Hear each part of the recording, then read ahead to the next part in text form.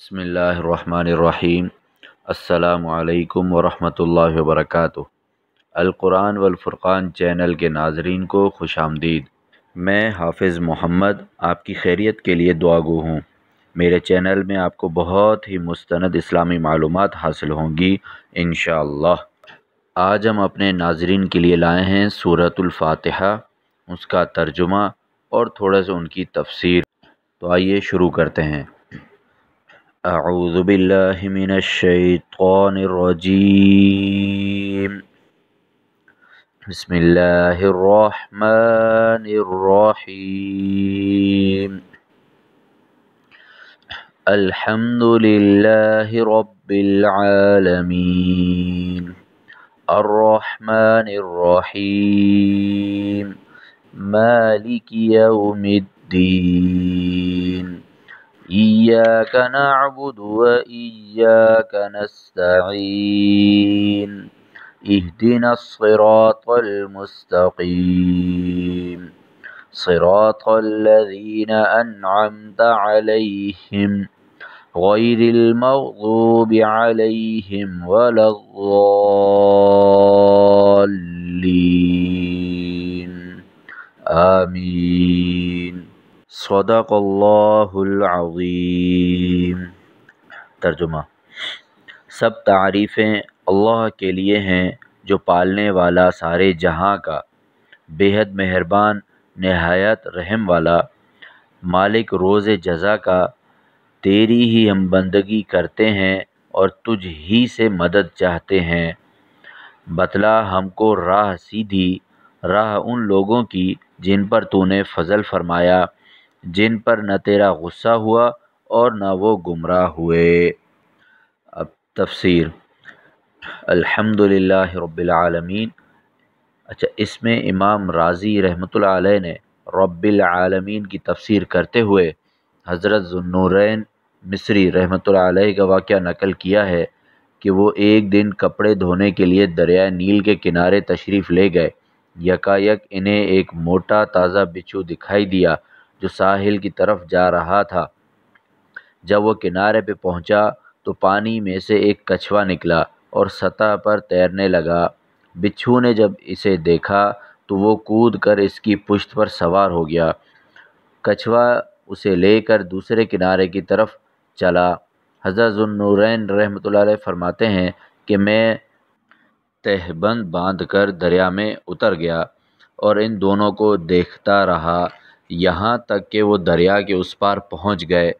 یہاں پہنچ کر بچھو کچھوے کی پیٹھ پر سے اترا اور خشکی پر چڑھ گیا۔ میں بھی دریا سے نکل کر اس کے پیچھے ہو لیا، یہاں تک کہ میں نے دیکھا کہ ایک گھنے درخت کی چھاؤں میں ایک نوخیز لڑکا گہری نیند سو رہا ہے۔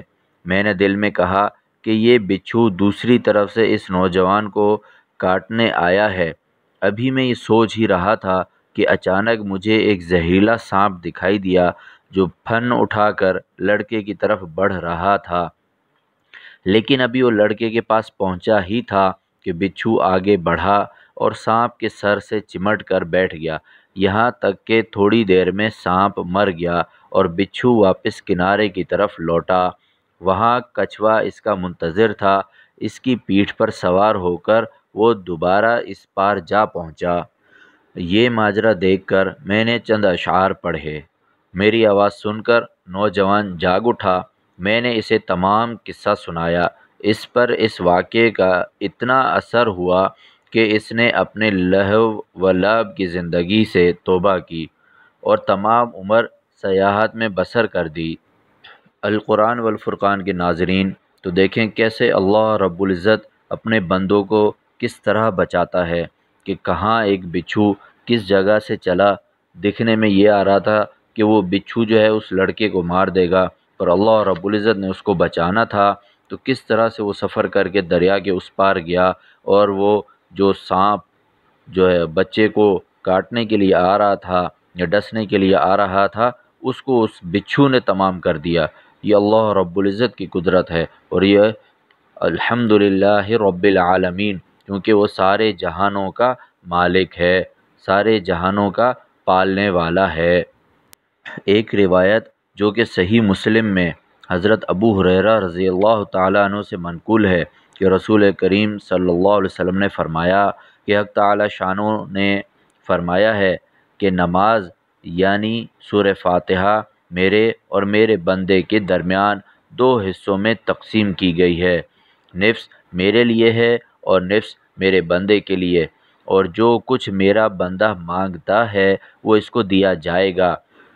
پھر رسول اللہ صلی اللہ علیہ وسلم نے فرمایا کہ بندہ جب کہتا ہے الحمدللہ رب العالمین تو اللہ تعالی شانہ فرماتا ہے کہ میرے بندے نے میری حمد کی ہے، اور جب وہ کہتا ہے الرحمن الرحیم تو اللہ تعالی فرماتا ہے کہ میرے بندے نے میری تعریف و ثنا بیان کی ہے، اور جب بندہ کہتا ہے مالک یوم الدین تو اللہ تعالی فرماتا ہے کہ میرے بندے نے میری بزرگی بیان کی ہے، اور جب بندہ کہتا ہے ایاک نعبد و ایاک نستعین تو اللہ تعالی فرماتا ہے کہ یہ آیت میرے اور میرے بندے کے درمیان مشترک ہے، کیونکہ اس میں ایک پہلو حق تعالیٰ کی حمد و ثنا کا ہے اور دوسرا پہلو بندے کی دعا اور درخواست کا ہے۔ اس کے ساتھ یہ بھی ارشاد ہوا کہ میرے بندے کو وہ چیز ملے گی جو اس نے مانگی۔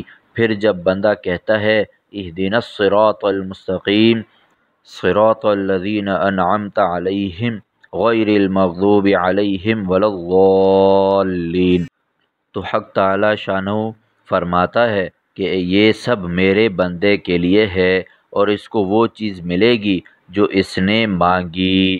صدق اللہ العظیم۔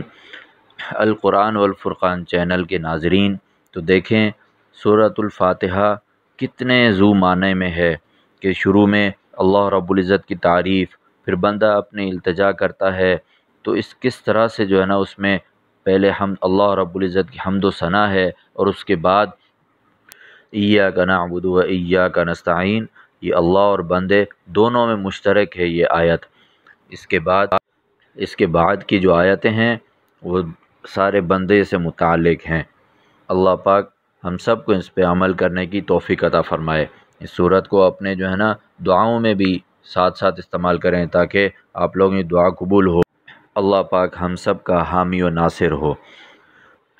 القرآن والفرقان چینل کو دیکھنے والے ناظرین کو گزارش ہے کہ اس چینل کو ضرور سبسکرائب کریں، لائک کریں اور بیل آئیکن کو پریس کریں تاکہ ہر نئی آنے والی ویڈیو آپ تک پہنچ سکے۔